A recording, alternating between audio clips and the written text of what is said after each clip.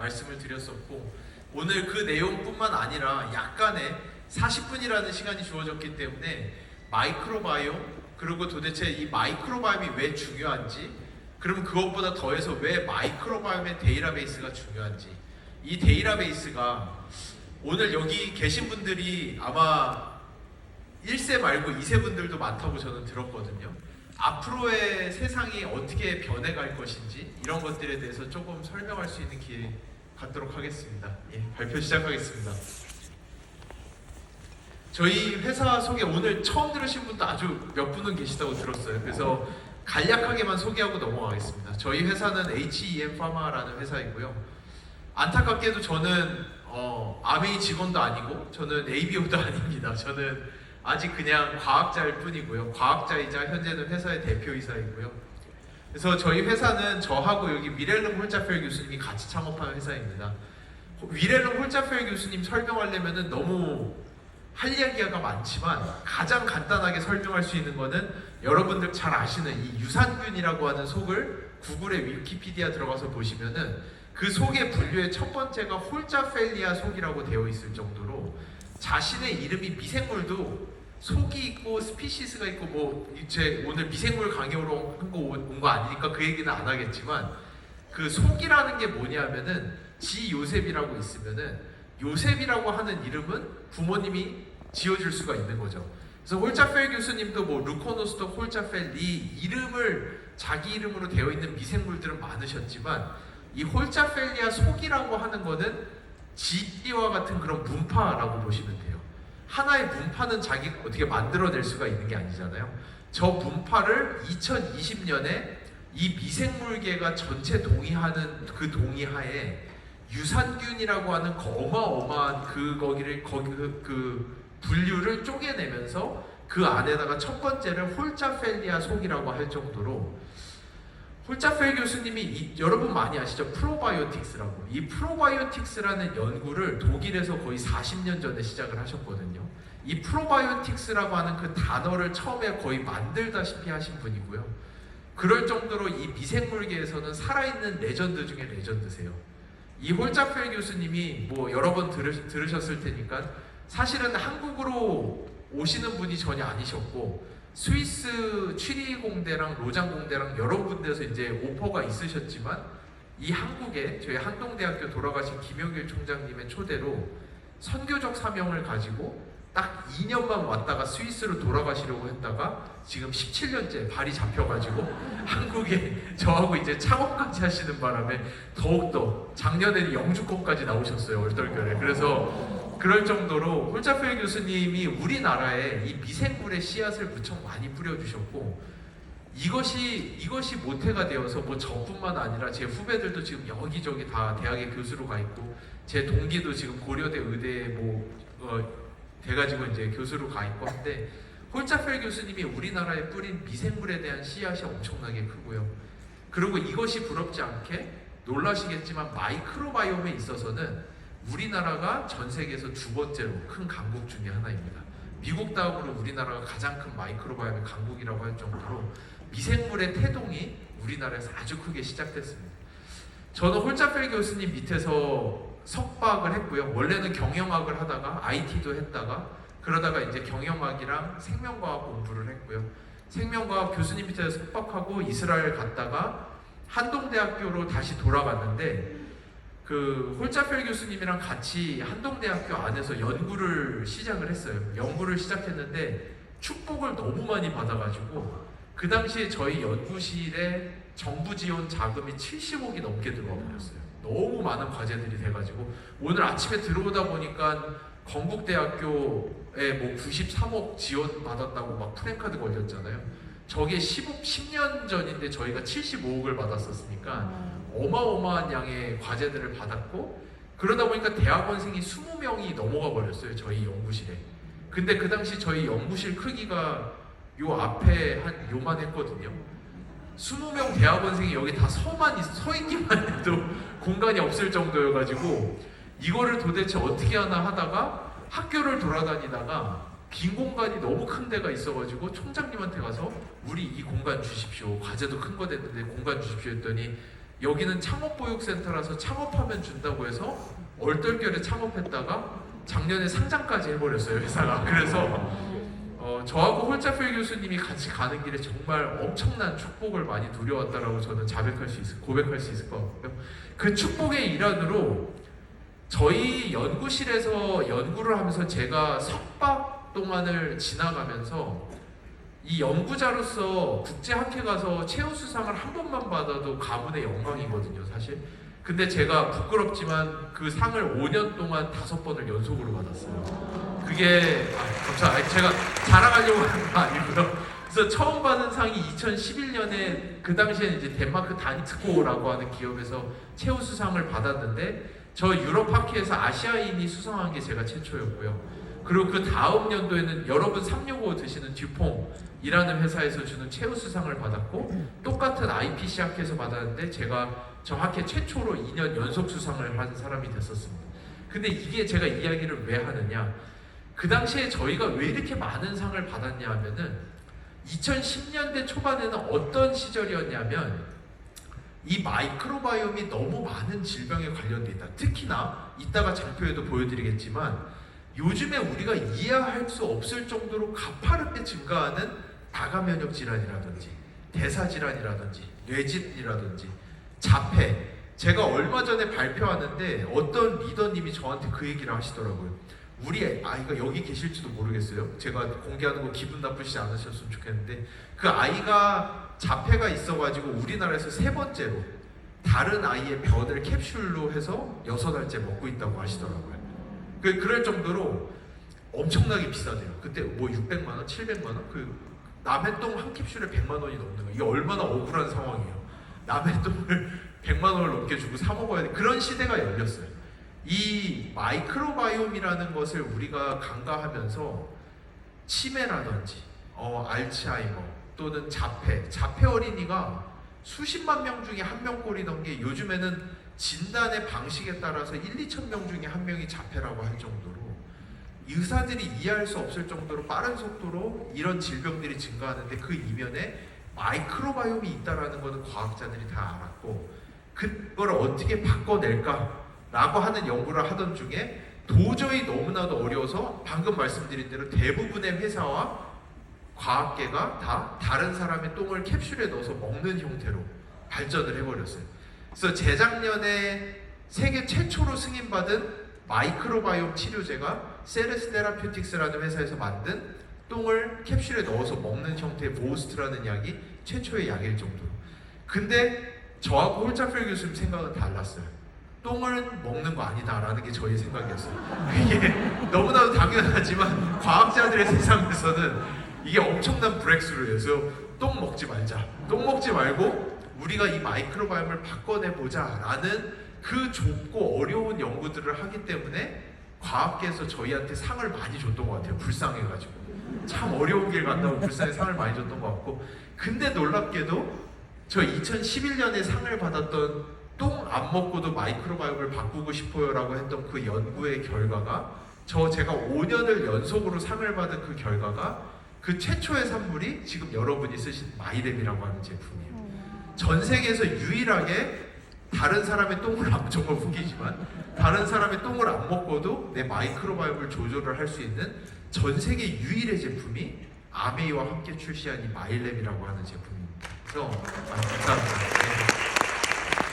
그래서 이제는 세상이 변하고 있어요. 정말로 여기서부터 시작을 해볼게요. 오늘은 제가 좀 큰 그림으로 이야기를 해달라고 부탁을 받아서 큰 그림으로 이야기를 하자면 이 바이오 헬스케어의 변천사를 제가 2분 내로 설명을 드릴게요. 1950년대, 60년대 그때 바이오 헬스케어 가장 핫한 토픽 빅가이들 다 하던 게 뭔지 아세요? 결핵입니다. 결핵, 홍역, 볼거리 이런 것들 그런 것 때문에 주변에서 수만 명씩 죽어나가던 시절이 있었어요. 근데 그거는 이제 다 끝났죠. 이제 더 이상 결핵으로 죽는 사람 주변에 찾아보기도 어려울 정도예요. 그럼 그 다음 뭐냐? 저희가 언제나 무서워하던 사일런트 킬러라고 하던 심장병, 심장마비. 그래서 이 심장마비를 정복하기 위해서 많은 과학자들이 핫토픽으로 가졌고 70년대, 80년대 이후로는 이제는 한겨울 엄청 추운 날 뭐 이런 때 아니고서는 그런 것이 우리의 삶을 그렇게 두렵게 하지 않아요. 이제는 고혈압, 고지혈증 이런 것들이 그런 걸 발병한다는 걸 알았고 혈압 120, 130 넘어가기 150 넘어가면 바로 그냥 혈압약 먹으면서 심장병의 위험을 낮춰주는데 이 혈압약이 이제는 50원도 안 하는 시대가 됐어요. 그게 7, 80년. 그 다음은 에이즈죠. 에이즈도 이제 정복이 돼버렸어요. 너무나도 두렵던 질병. 그 다음은 뭐였죠? 2000년대 초반, 1990년대 후반, 암이죠, 암. 그때만 해도 회사에서 같이 일하다가 야, 너 얼굴색 이상한데 병원 좀 가봐. 병원 가면 대장암 3기, 뭐 간암 3기 이렇게 두려웠던 시절이 있어요. 근데 요즘에 의사들과 저희가 일하는 그 제약회사들이 뭐라고 하는지 아세요?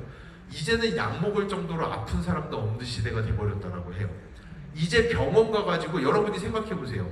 이제는 병원 가서 우리가 들을 수 있는 최악의 이야기라고 해봐야 이런 식으로 계속 살면 1, 2년 뒤에 당뇨 올 수도 있어요 정도가 듣는 최악이. 저희 매년 가서 찌르고 피 뽑고 체변해서 혈변 보고 위내시경 하고 혈액은 6개월에 한 번씩 보고 이제는 이런 시대들이 왔어요.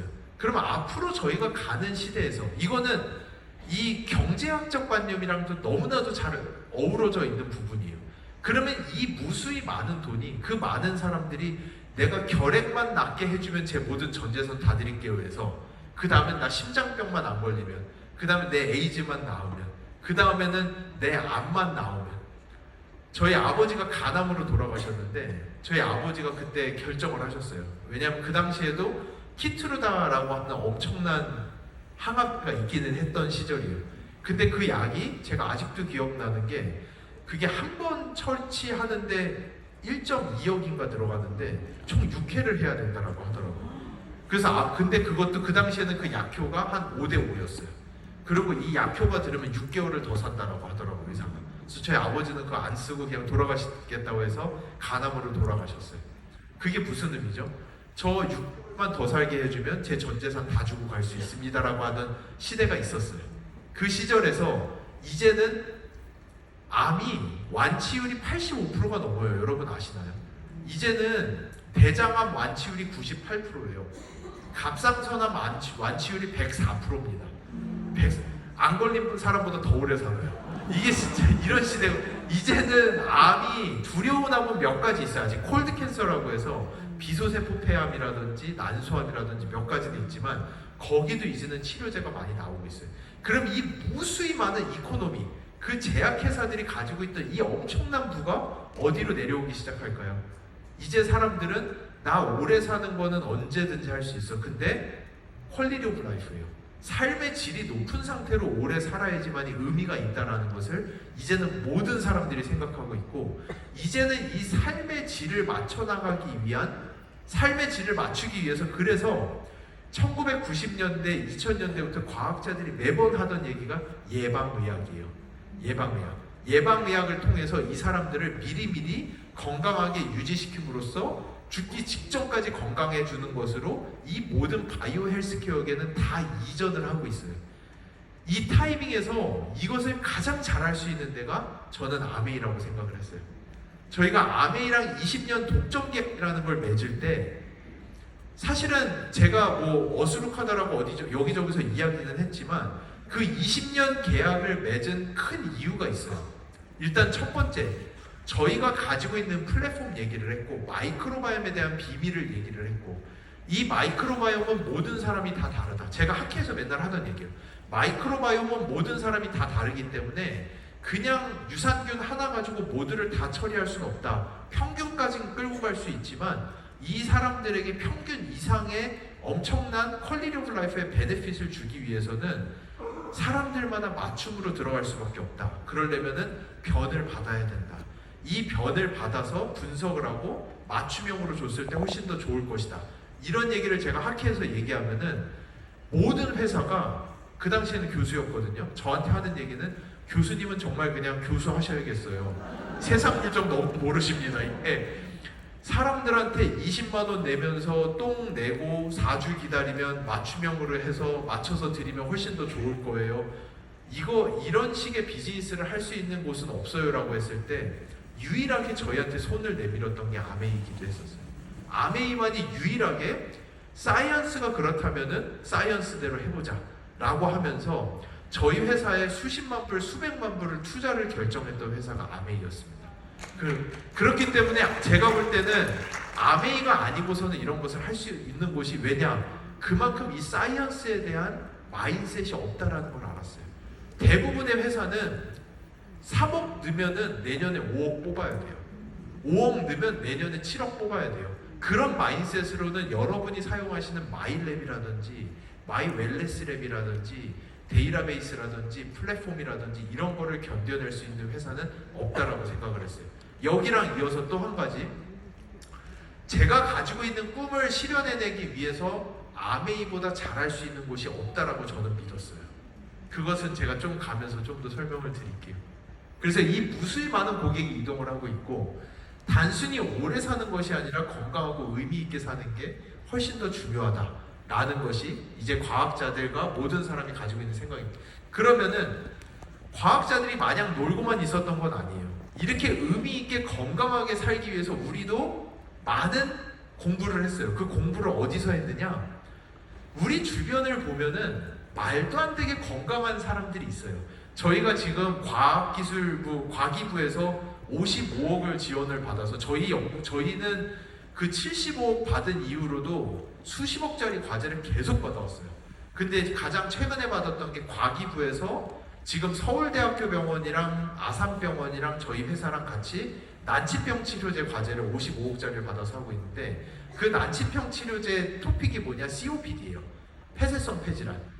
이 폐쇄성 폐질환은 저희가 다 같이 그 교수님들이랑 서울대 병원 그리고 아산병원 저희 다 같이 모여서 작년 말에 미팅을 했는데, 거기서 저희가 박수 치면서 제일 좋아했던 성과물이 뭐였냐면은 똥을 51개를 모았어요. 51개를 모았는데 이 똥이 진짜 금똥이에요. 진짜로. 왜 그런지 말씀드릴게요. 이 51명을 저희가 찾아냈는데 그 사람들은 어떤 사람이냐면은, 예전에 살짝 얘기했던 것 같은데, 여러분 인간극장 같은 거 보시면은 정말 이상한 분들이 계세요. 할머니 막 100세인데 이거 들고 밥 매러 가시는 할머니 있잖아요. 그러고 나서 이제 가가지고 나중에 인터뷰하면서 보면 저녁에 식사하시는데 소주병 딱 올라와 있고, 그리고 일하시면서 담배 하루 종일 피시고, 담배 하루에 2갑씩 피고 소주 2병씩 드시는데 100세인데 밥 매러 가실 정도로 말도 안 되게 건강한 사람들이 주변에 있습니다. 저희 어머니가, 제가 40인편 다시 한번 어제 어머니가 55세 넘어서 폐경이 오셨어요. 저희 어머니는 거의 60 가까이 다 가셔서 폐경이 오셨거든요. 저희 외할머니도 90세 넘어서까지 너무 건강하게 사시다가 돌아가시기 전날요, 저희 외삼촌이랑 다 같이 식사하시고, 제가 화투를 외할머니한테 배웠거든요. 방에 들어와서 미나투 뛰시고 노래 부르시고 주무셨는데 그냥 다음날 못 일어나셨어요. 95세가 넘어서. 그러니까 주변을 보면 이렇게 말도 안 되게 건강한 사람들이 있어요. 그래서 저희가 그런 폐쇄성 폐질, 평생 담배 2갑을 폈는데 폐쇄성 폐질환이 안 걸리는 사람의 똥을 51개를 모았어요. 그래서 그 똥을 저희가 쥐한테 이식을 해요. 쥐한테 이식을 한 다음에, 이 쥐한테 미안하지만 이 쥐를 스모킹 챔버라고 담배 연기가 자욱한 데다 하루 종일 넣어놓잖아요. 이거를 몇 주를 하면은 웬만한 쥐는 바로 폐쇄성 폐질환이 와요. 근데 이 할머니 똥 이식받은 쥐는 폐쇄성 폐질환이 안 와요. 폐가 애기 폐 같아요. 그래서 그 할머니 똥에 있는 미생물이 특정 물질을 만들어내서 폐를 보호한다는 걸 찾았고, 그걸 저희가 신약으로 개발 중에 있어요. 아산병원에서. 이럴 정도로 이 마이크로바이옴이 가지는 역할이 엄청나요. 근데 이런 거는 저희가 1, 2년 전에 과기부에서 과제를 받을 정도로 과학계는 전혀 모르던 거였어요. 과학계가 원래 생각했던 건 뭐냐? 저 노란색의 헬스라고 하는 개념은 우리의 유전자 안에 있다라고 모두가 생각을 했어요. 이 빌 클린턴이 미국 대통령 하던, 언제 호랑이 담배 피던 시절에 이런 것들을 시작을 해서 이제 우리는 유전자를 분석해내서 병을 치료한다라고 생각을 했지만, 결국 이 프로젝트가 끝난 다음에 인간 게놈 프로젝트는 유전자의 한계를 확인했다라는 게 과학자들이 동의하는 거였어요. 그러고 나서 과학자들이 넥스트로 간 토픽이 뭐냐? 그게 바로 엑스포점이라고 하는 존재예요. 이 엑스포점이 뭐냐 하면 우리 주변 환경이에요. 그러니까 유전자가 100% 똑같은 사람 2명이 있어도 한 명은 더러운 물 먹고 더러운 공기 마시고 아무것도 못 먹고, 한 명은 이스프링, 앰모스피어, 더블 X 다 먹고, 이러면 당연히 먹은 쪽이 훨씬 더 건강하다라고 하는 개념인데 이게 일부 맞기는 해요. 과학자들이 다 일로 가는데 제가 정말 놀라운 기사를 확인을 한 적이 있었어요. 그 기사가 뭐냐?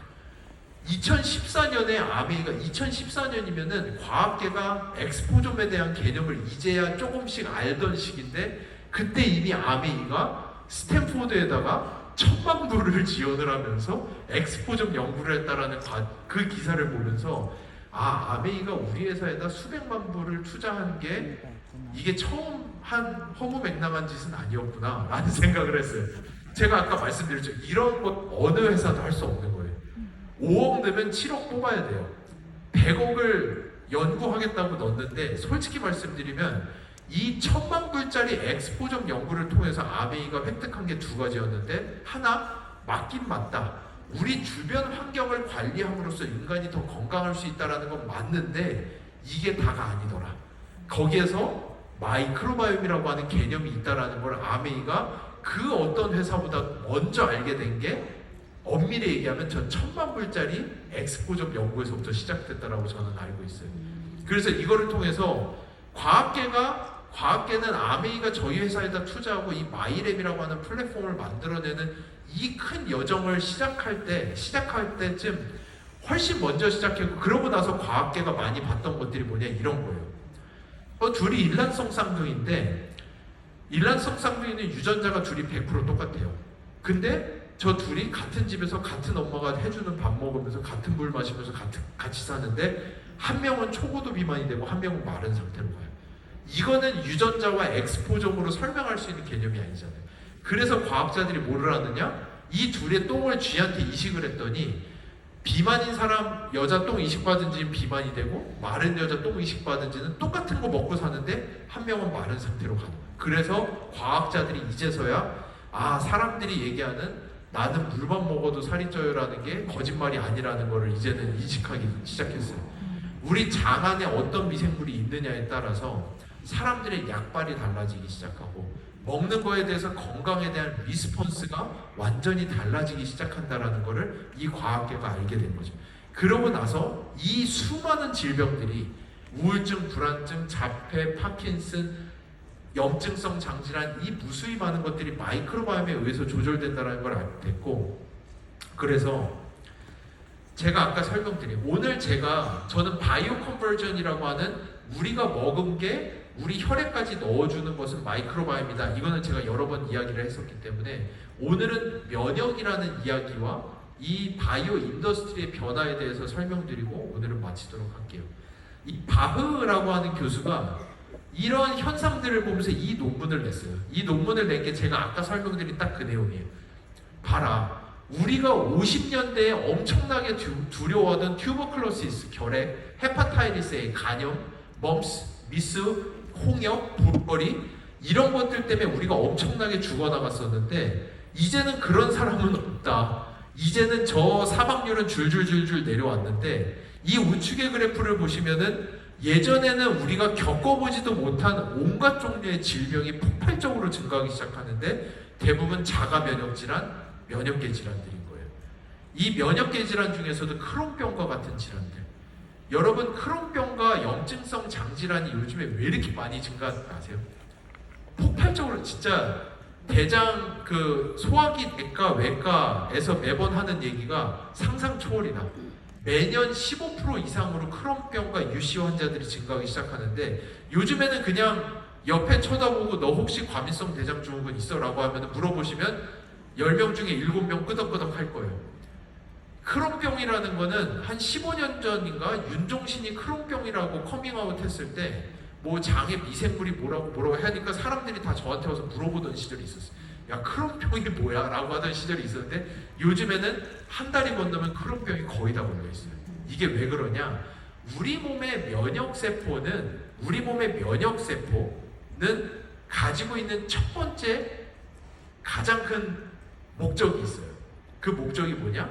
인간 몸 안에 100만 개, 600만 개 당 하나꼴로 만들어지는 암세포를 찾아서 죽이는 게 우리 면역세포의 가장 중요한 역할 중에 하나예요.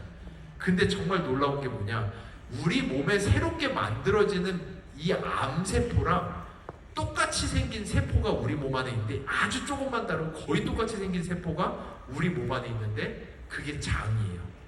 그래서 한 사람의 면역세포가 피하 식별을 잘하지 못하고 똑똑한 사람일수록 내가 공격해야 되는 게 뭐고 내가 공격하지 말아야 되는 게 뭔지를 아는데, 우리 몸의 면역세포가 그 똑똑함을 잃어가기 시작하면서 처음으로 가장 많이 발병하는 게 우리 장질환들입니다.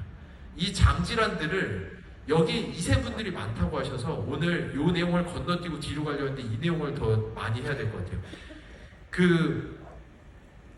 우리 몸의 이 면역세포들이 갈 길을 생각해 보세요. 서울에 군인이 많이 M16 들고 총 들고 나왔는데 다 장님이에요. 어떻게 될까요? 큰일 나는 거죠. 이 면역세포가 내가 뭐를 공격해야 되는지 모르는 상황이 왔을 때 내 몸의 관절을 보고 야, 이거 내 몸이 아닌 것 같이 생겼는데 얘 뭐지? 하고 공격을 시작하는 게 류마티스 관절염이에요. 내 장세포를 보고 야, 암세포가 이렇게 많아, 당장 다 죽여야 돼. 내 장세포를 매일같이 공격하는 게 염증성 장질환이에요. 그래서 우리 몸의 면역세포들을 어떻게 관리를 하고 교육을 시켜내는지가 엄청나게 중요한데, 그 교육을 어떻게 하느냐? 상상해보세요. 여러분이 내 몸 안에 면역세포예요. 나는 이 허벅지 단에서 이제 막 갓 태어났어. 갓 태어나면은 내 혈액을 돌아다니면서 내가 볼 수 있는 거라고는 내 몸밖에 없어요. 내 몸만 하루 종일 보고 있으면은 다 공격하지 말아야 되는 것만 하루 종일 보고 있는 거잖아요. 근데 이 면역세포들은 군인이란 말이에요.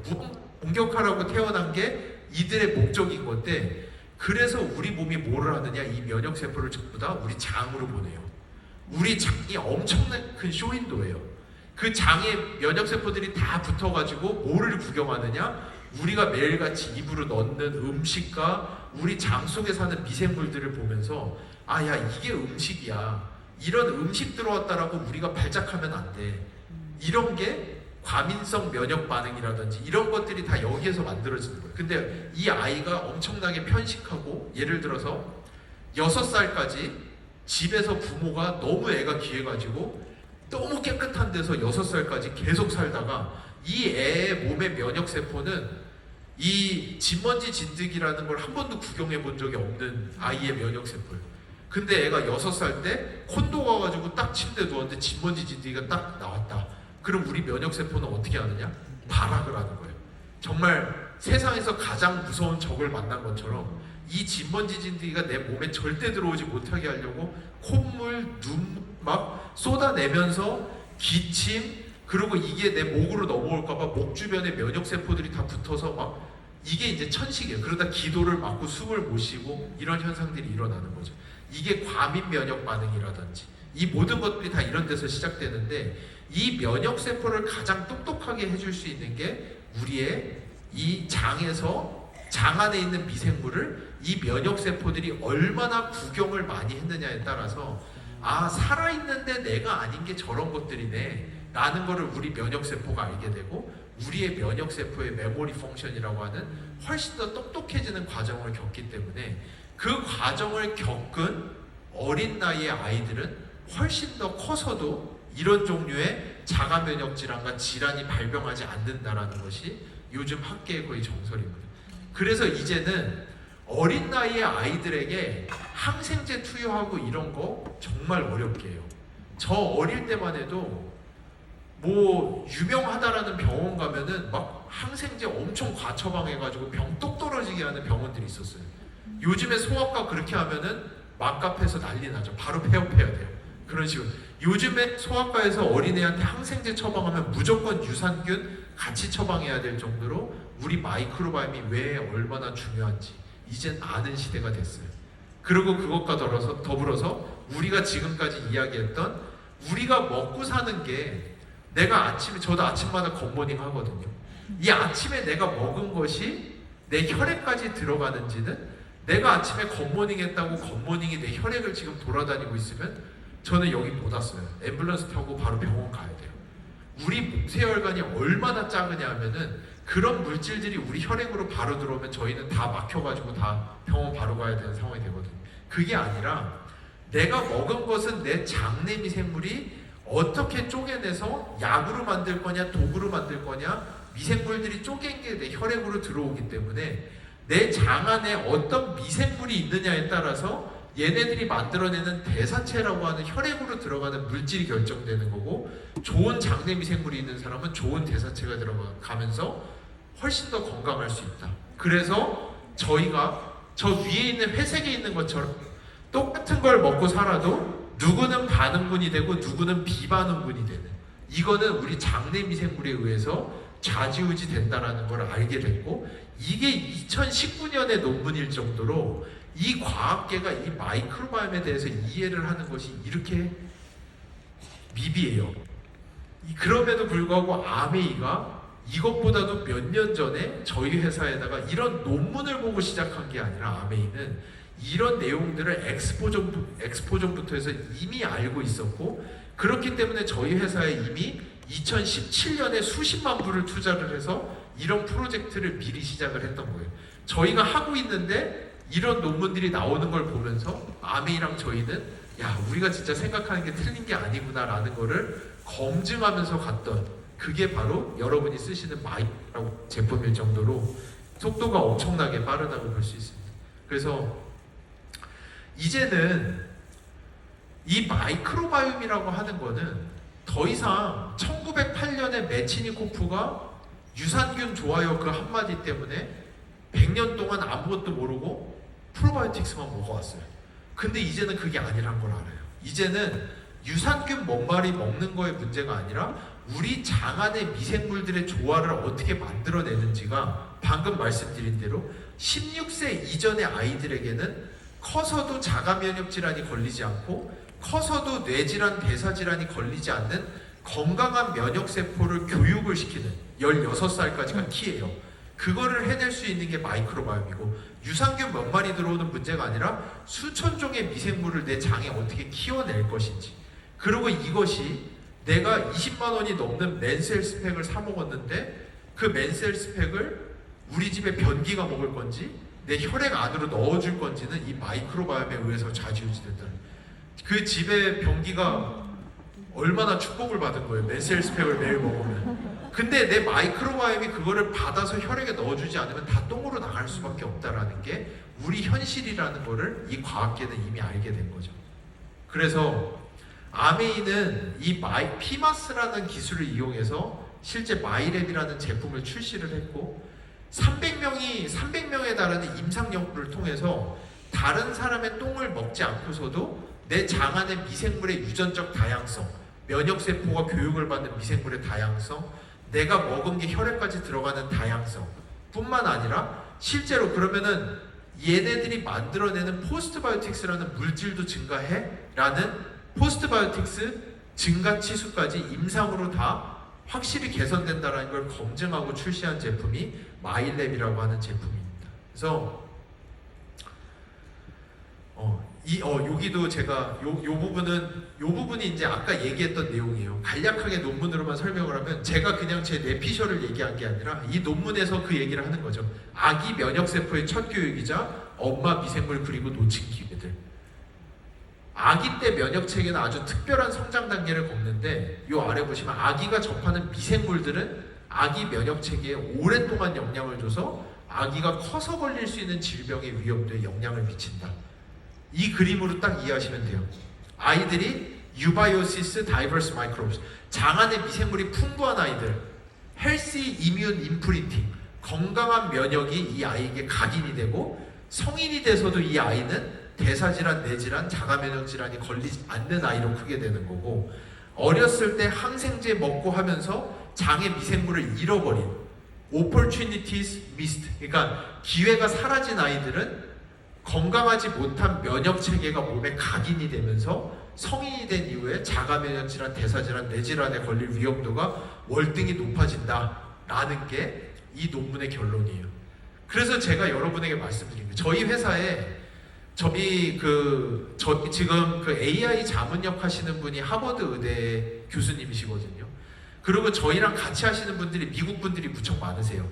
미국 안에 뭐 예전에 갑자기 성함이 기억이 안 나는데 아무튼 하버드대 교수님들부터 어바인 쪽에 있는 교수님들 이 많은 분들이 저희랑 같이 하시는데 이분들은 이 내용을 아시는 분들이에요.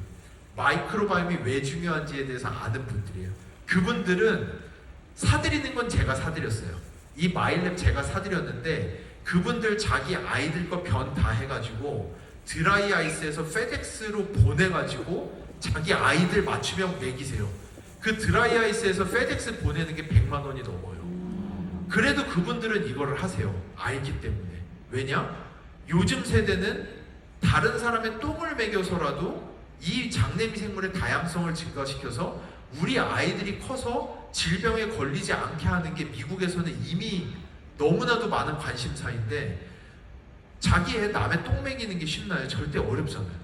그게 아니라 이 마일랩을 통해서 할 수 있다는 걸 아는 분들은 페덱스 100만 원이 돈도 아니에요. 그 사람들은 무조건 하는 거예요. 근데 한국 아메이가 이 어려운 걸 출시해서 한국에서 전 세계 아메이 중에서 유일하게 가장 최초로 출시한 게 마일랩인 거고, 이거는 진짜 주변에 있는 아이들과 이 모든 아이들이 16세가 되기 이전에 장내미생물의 다양성을 만들어내는 거는 아메이 내에서도 정말 저는 이거는 단순히 돈을 버는 문제가 아니라 다른 사람을 이롭게 건강하게, 그 사람들은 이 잠복기가 있는 걸 몰라요. 그 사람들을 그냥 두시지 말고 그 사람들이 아이가 커서 걸릴 수 있는 질병에 대해서 이야기해 주실 수 있는 게 이 마이랩이라고 하는 제품이라고 저는 생각을 합니다. 그래서 이게 똥이 약이다죠. 그래서 다른 나라는 다 똥이 약이다로 해서 다른 사람의 똥을 캡슐에 먹는 지경까지 와 있는데 유일하게 아메이의 마이랩만이 이거를 만들어낼 수가 있고, 그래서 아메이랑 저희가 꿈꾸던 지난 15년간 꿈꾸던 아주 일부의 내용이 여기에 들어가 있어요. 우리는 이 마일랩이라는 제품을 피마스를 통해서 만들어내고 사람들에게 보편적인 반응도를 개선시키는 가장 좋은 거, 가장 잘 붙는 게 이 마일랩 유산균이랑 같이 먹었을 때 효과가 가장 좋은 게 더블엑스, 파이토프로틴, APP, 그리고 오메가3 아세로라시. 이거는 저희가 재작년부터 아메이와 연구를 해갖고 지금 심도 있는 연구로 넘어가고 있거든요.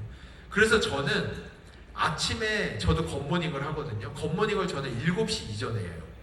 7시 이전 블루베리도 많이 넣고 이스트비 넣고 해가지고 쫙 갈아가지고 마일랩 저는 보통 2포 넣고 해가지고 쭉 먹고 점심을 가급적 오후 2시 이후에 먹으려고 노력을 해요. 그 아침에 제가 굿모닝을 한 때부터 오후 2시까지가 우리 마이크로바이옴이 저를 위해서 엄청난 양의 약들을 만들어내는 시간이에요. 뷰티레이트, 장 누수를 막아주는 물질, 뷰티레이트에 체인 하나 붙으면 감마 아미노 체인 붙으면 감마 아미노 뷰티릭 애시드, 저의 하루 종일의 스트레스를 막아주고 저를 안정화시켜주는, 그리고 거기서 세로토닌, 멜라토닌, 인돌, 행복 호르몬, 수면 호르몬, 장내 미생물이 얘네들이 아침에 그 굿모닝하고 6시간만 그렇게 하드 트레이닝 시켜놓죠? 그럼 하루 종일 저를 위해서 그거를 하는 거예요. 왜냐? 얘네들도 무언가를 먹고 살아야 되는데 솔직히 얘기하면 아침에 드시는 굿모닝은 식빵에다 뉴텔라 발라먹는 거에 비해서 이 마이크로바이옴들에게는 100배 이상 어려운 일을 주는 거예요. 식빵에다 뉴텔라 발라먹죠? 우리 장내미생물 락테이트 하나밖에 안 만들어요. 하등에 별로 도움도 안 되는 그거 하나 만들고 끝나는 거예요. 근데 그게 아니라 굿모닝이라고 하는 엄청난 스트레스를 마이크로바이옴에 줌으로써 얘네들이 저를 위해서 억지로 하루 종일 약을 만들어내게끔 하는 게 여러분이 지금 하시는 굿모닝이라는 플랫폼이고요. 이 굿모닝이랑 마이랩만 잘 붙여도 진짜로 우리 마이크로바이옴이 만들어내는 다양성과 대사체는 하루 종일 보장받으실 수 있는 게 이 마이크로바이옴의 역할이고 굿모닝의 역할입니다. 거기다 더해서 저희는 여기서 만들어지는 이번 달 기준으로 이제 8만 건의 데이터베이스거든요. 8만 건에 육박하는 데이터베이스를 통해서 반응도를 보고 누가 에코를 만들어내는지, 누가 뷰티레이트를 만들어내는지에 대한 반응도를 추적해낼 수 있는 플랫폼을 만들고 있는데 파이토바이옴이라고 하는 프로세스입니다. 그래서 하나만 쉽게 설명드릴게요. 엔자임 바이옴이라는 제품이 어떤 구조를 가지고 있는지 이 그림을 보시면은 반응자와 비반응자로 딱 나뉘어요. 아침에 굿모닝을 하면은 저는 가스 거의 안 나와요. 속이 엄청 편하고 하루 종일 몸에 힘이 들어가는 게 느껴지는데 어떤 분들은 아침에 굿모닝 드시면은 진짜 삶이 힘들다고 할 정도로 가스가 많이 나오시는 분들이 있으세요. 굿모닝의 문제가 아니에요. 여러분의 마이크로바이옴의 문제예요. 그게 뭐냐? 여기 보시는 것처럼 이 아래쪽에 설퍼 컨테이닝 아미노 애시드가 프로틴인데 단백질인데 단백질을 먹으면 일단 우리 마이크로바이옴은 이 빨간색 사각처진 가스 생성에 거의 다 몰입을 해요. 하지만 여기서 제대로 된 마이크로바이옴이 있는 사람은 아세테이트라고 하는 중간 초록색 물질을 넘어서 아세틸COA, 크로토닐COA, 뷰티레이트까지 다 생성을 해내는 사람들은 반응자이고요. 저 패스를 못 넘어가시는 분들은 하루 종일 가스만 나오시는 게 그게 가장 큰 문제입니다. 그거를 넘어가게끔 해주는 게 엔자임 바이옴이라는 제품이고요. 이런 제품은 전 세계에서 만들어낼 수 있는 사람이 없어요. 만들어낼 수 있는 회사도 없어요. 이제 제가 결론으로 넘어가면은 이게 제가 인스파이어에서 잠시 했던 내용인데 이 장표를 놓고 이야기를 하면 될 것 같아요.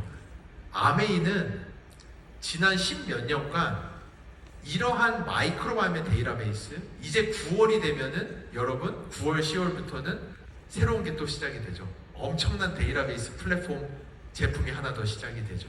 이런 것들을 아메이는 지난 10년 15년간 준비를 해왔어요. 왜냐? 이 세상의 변화를 보세요. 유튜브가 이제는 저도 옛날에 유튜브 엄청 무시했어요. UCC 야 그런 거 누가 봐. 무한도전 봐야지. TV에서 찍는 거 많이 해준. 이젠 다 유튜브밖에 안 보는 시대가 됐어요. 신세계, 이마트, 이젠 쿠팡이 신세계 전체보다 훨씬 더 큰 회사가 됐어요. 왜냐? 그 이면에는 데이터베이스라고 하는 힘이 있는 거예요. 이 데이터베이스라는 힘이 아직 터지지 않은 영역이 있는데 거기가 바로 헬스케어라고 하는 영역이에요. 미디어, 리테일 이런 거는 데이터베이스의 힘을 받아가지고 이제는 저희가 예전에 상상도 할 수 없었던 기업들이 터져 나왔어요. 이제 마지막으로 남은 게 헬스케어예요. 헬스케어는 쿠팡의 수준이 아니에요. 헬스케어라는 거는 우리나라 GDP의 25%에 달하는 엄청난 영역을 데이터베이스와 붙였을 때 이제 여러분이 예전에는 상상도 하지 못하는 새로운 플랫폼들이 나오는데 거기 그거를 가장 잘할 수 있는 것이 어디다? 그게 바로 아메이예요. 이 다른 제3자 레포트에서 나와 있듯이 이미 아메이는 바스프 DSM과 같은 회사와 함께 개인 맞춤형 시장의 스타 그룹으로 들어가 있는 기업이에요. 그 이면에는 무엇이 있나? 여러분들이 만들어내는 엄청난 양의 데이터베이스, 그 누구도 따라올 수 없는 데이터베이스를 만들어내는 그 힘과 피마스라는 기술과 아메이의 제품 개발, 이 기술이 합쳐져서 이제는 예전에 볼 수 없던 세상이 열리기 시작해요. 그리고 여기서 제가 하나 더 강조하고 싶은 거는 마지막으로 여기는 2세 분들이 많이 계시다라고 해서 제가 보는 관점은 이래요. 옛날에는 제품을 팔던 시절이 있었어요. 좋은 퀄리티의 제품을 팔던 시절이 있었어요. 이거는 저는 아메이 사람이 아니니까 편하게 그냥 얘기하는 거예요. 좋은 제품을 팔던 시절 아메이 정말 좋았어요. 근데 그 다음 시대가 어디로 넘어왔느냐? 브랜드를 사는 시절이 오기 시작했어요. 사람들이 이제는 누가 만들든 상관하지 않고 브랜드 파워를 믿기 시작하는 시절이 왔고 그때부터 아메이가 살짝 스트러글한 걸로 저는 알고 있어요. 하지만 이제 또 다른 변화의 시대가 왔어요. 이제는 사람들이 뭐를 사느냐? 철학을 사는 시대가 왔어요. 이제는 스타벅스 가서 커피 안 마셔요. 내가 원하는 내 감성에 맞는 인디 카페 가서 사 마시는 거예요. 이제는 명품 옷을 사 입질 않아요. 파타고니아와 같이 말도 안 되게 비싼데 다 재활용품으로 만들어 오는 환경보호라는 그 철학의 제품을 사는 시절이 왔어요. 이제 아메이가 그 철학을 시작해야 돼요. 아메이는 저는 그래서 이 창업자분들의 그 철학, 남을 돕는 섬김의 철학, 남을 더욱더 건강하게 해주는 그 무기, 여러분이 그 철학을 들고 아메이는 그 이면에 가장 잘할 수 있는 데이터베이스와 플랫폼과 알고리즘을 여러분들을 위해서 받쳐드릴 때 지금 여기 계시는 2세 분들은 또 다른 퀀텀 점프의 시절을 볼 거라고 저는 생각합니다. 그래서 이 아메이 창업자분들의 창업 정신, 섬김의 정신, 그 철학과 아메이가 가지고 있는 기술과 데이터베이스가 만나서 이제 2세 분들이 앞으로 사업하실 때는 새로운 퀀텀 점프의 시대를 맞이하는 게 앞으로 저희 앞에 있는 아메이의 꿈과 비전이자 현실로 만들어지고 있는 과정이라고 생각합니다. 그래서 이 데이터베이스가 만들어내는 앞으로 바이오 혁신의 시대를 여러분들이 조금 더 진지하게 생각해 주시고 조금 더 매진해서 나아가면은 5년 뒤에 저희 훨씬 더 크게 웃는 모습으로 만날 수 있을 거라고 생각합니다. 감사합니다.